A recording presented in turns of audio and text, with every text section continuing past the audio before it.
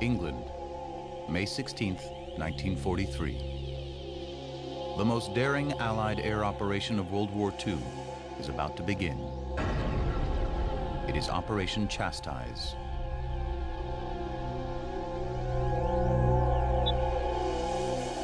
"133 specially trained airmen board 19 Lancaster bombers bound for Germany, knowing they might never return.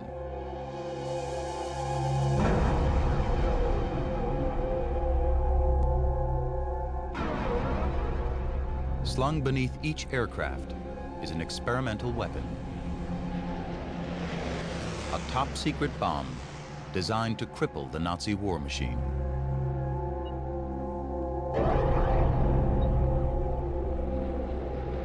The bomb is the brainchild of Barnes-Wallis, one of Britain's most talented aircraft designers. Wallis spent 4 years developing a weapon so unconventional that military planners laughed in his face when he first proposed it. But the brilliance of his vision would ultimately be recognized. Modern-day experts will reconstruct the evolution of the most ingenious weapon of World War II and show how a group of young airmen used that weapon to strike at the heart of Nazi Germany.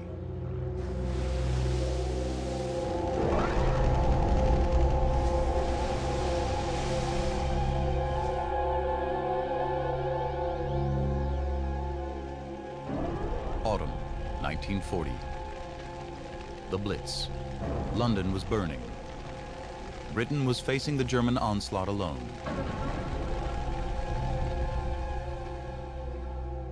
Holed up in his library sanctuary, 53-year-old Barnes-Wallis was devising a scheme to strike back at the Nazis on their own soil. He had spent more than a year poring over maps of the rivers and reservoirs that fed industrial Germany.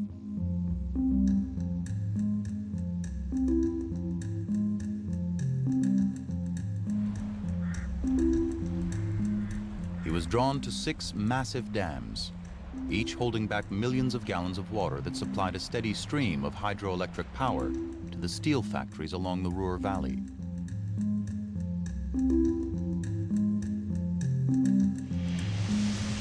It took 200 tons of water to make 1 ton of steel. If the British could turn off the tap, German weapons manufacturing would dry up.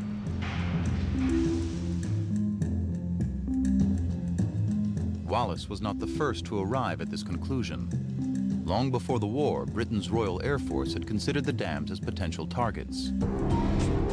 But the RAF concluded that conventional bombs, even when dropped in large numbers, lacked the force required to break the massive structures. Busting the dams seemed impossible.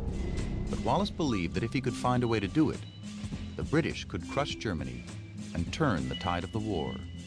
He was a Victorian and a great empire man, basically, and the country meant an awful lot to him. So anything he could do which he thought would help the country, that was what he was put on this earth to do, basically. Acknowledging Wallis's genius, the aircraft factory where he worked gave the renegade inventor free rein to hatch a dam-busting weapon. In the spring of 1941, he unveiled his first design, a bomb 20 times bigger than any other in existence, a 10-ton earthquake bomb. Despite its size, the weapon was an aerodynamic masterpiece. It would break the sound barrier upon its descent, while its offset tail fins would make it spin like a giant dart. Wallis envisioned his bomb diving to the bottom of a reservoir and burrowing into the soil, where it would explode and cause a small dam-shattering earthquake, hence its name. But when Wallis presented his plans for the bomb to England's Ministry of Aircraft Production, he was greeted with ridicule.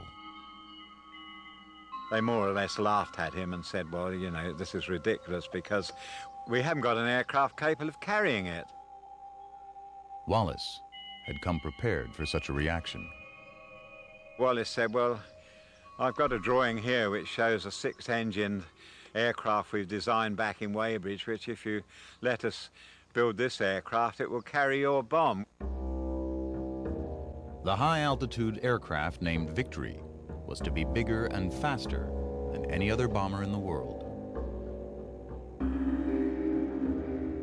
It would wield the destructive power of a whole squadron of conventional bombers. But Wallace was rebuffed. The British military simply didn't have the resources to build his visionary plane.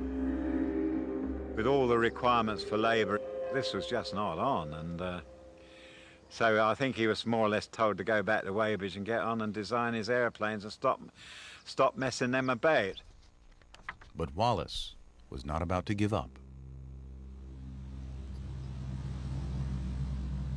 The new Lancaster bomber was coming online, and while it couldn't support his 10-ton bomb, it could carry one that weighed 6.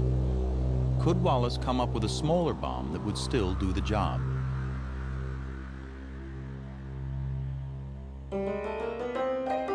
He enlisted the help of England's Road Research Laboratory. They built a scale model of their main prospective German target, the Muna Dam. To accurately replicate the Muna's masonry structure, they cast 3 million cement blocks.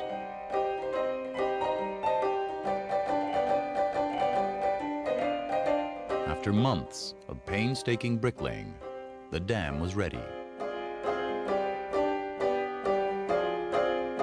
Wallace and his team tested their scaled-down bombs, not on top of the dam, but underwater, and for good reason.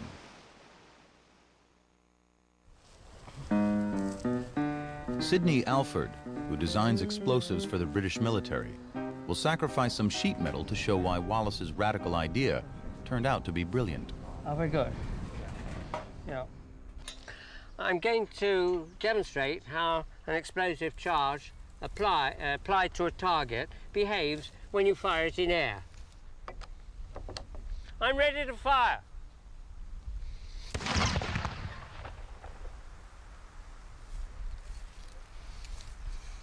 Here we are. This is pretty well exactly what I expected.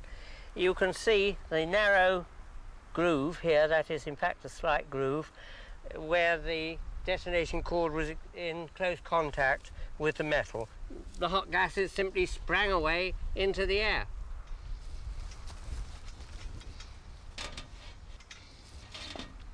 Here I have detonation cord exactly as before, the same type of cord, same position, taped down in contact with the metal over the same distance. But this time, in front of it, I've got some lay-flat tubing which contains water.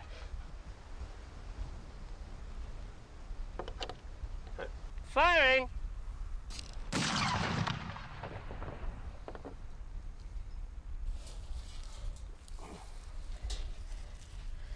There we are. I think you will agree that it's almost counterintuitive that a little drop of water can have such a dramatic result. The water delayed the dissipation into the surrounding atmosphere of the very high pressure gases generated by the detonation of the explosive. So the same pressure was applied to the metal significantly longer. That's the result. Sidney will now use this knowledge to tackle the same challenge Wallace faced 6